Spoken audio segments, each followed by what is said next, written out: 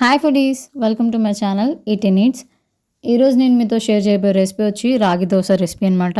So మీరు పిండి ఏం నానబెట్టకుండా ఉన్నా కూడా 10 నిమిషాల్లో ఈజీగా ఈ దోశ వేసుకొని తినేయచ్చు అనమాట.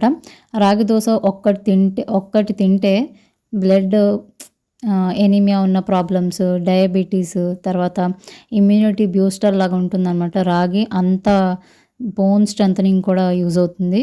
సో అయితే రాగి దోశ రెసిపీ చూద్దామైతే. ఒక బౌల్ తీసుకొని అందులోకి 1 కప్పు రాగి పిండిని యాడ్ చేసుకోవాలి, రాగి పౌడర్ని. తర్వాత 1/2 కప్ వరకు ఇడ్లీ రవ్వ అయినా లేకపోతే సేమోలినైనా యాడ్ చేసుకోవచ్చు, ఉప్మా రవ్వ అయినా. ఇప్పుడు 1/2 కప్పు వచ్చి మైదాపిండి యాడ్ చేశాను. సో మైదాపిండి అనేది కొంచెం స్టిక్కీనెస్ ఉండడం వల్ల కొంచెం దగ్గర అవ్వడం కోసం యూజ్ అవుతుంది. ఇక్కడ నేను ఒక చిన్న ఉల్లిపాయని కట్ చేసుకొని యాడ్ చేసుకున్నాను, సన్నగా తరిగింది. 1 క్యారెట్ తురుము, 2 నుంచి 3 పచ్చిమిర్చి యాడ్ చేసుకోవచ్చు మీ స్పైస్ లెవెల్ని బట్టి. సాల్ట్ తగినంత.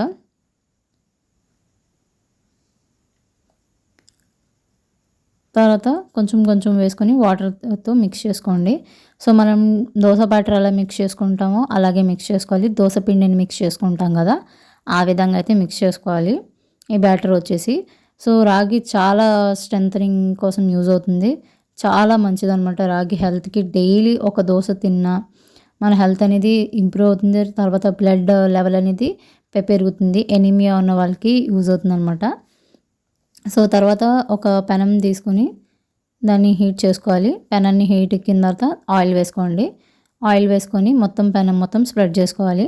తర్వాత ఈ విధంగా దోశ వేసినట్టే వేసేసుకోండి. సో నేనైతే నాకు ఇష్టం వచ్చినట్టు వేసేస్తున్నాను, మీకు ఇష్టం వచ్చినట్టు వేసేసి రౌండ్గా వేసుకోవాలన్నమాట దోశలాగా. సో ఈ విధంగా అయితే స్ప్రెడ్ చేసేస్తున్నాను. వాటర్గా దోశ పిండిని కలిపి ఇలా వేసేస్తున్నాను.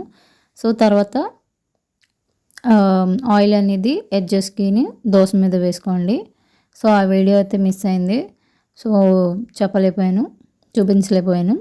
దోశ అనేది ఒక సైడ్ కంప్లీట్గా కుక్ అయిన తర్వాతే దోశని ఫ్లిప్ చేయాలి, లేకపోతే అడుగంటేస్తుంది, లేకపోతే మొత్తం ఏంటంటే ముక్కలుగా అయిపోతుంది అనమాట. ఒక సైడ్ మంచిగా ఉడికిన తర్వాతే దోశని ఫ్లిప్ చేసిన తర్వాత ఒక ప్లేట్లో తీసుకోవాలి.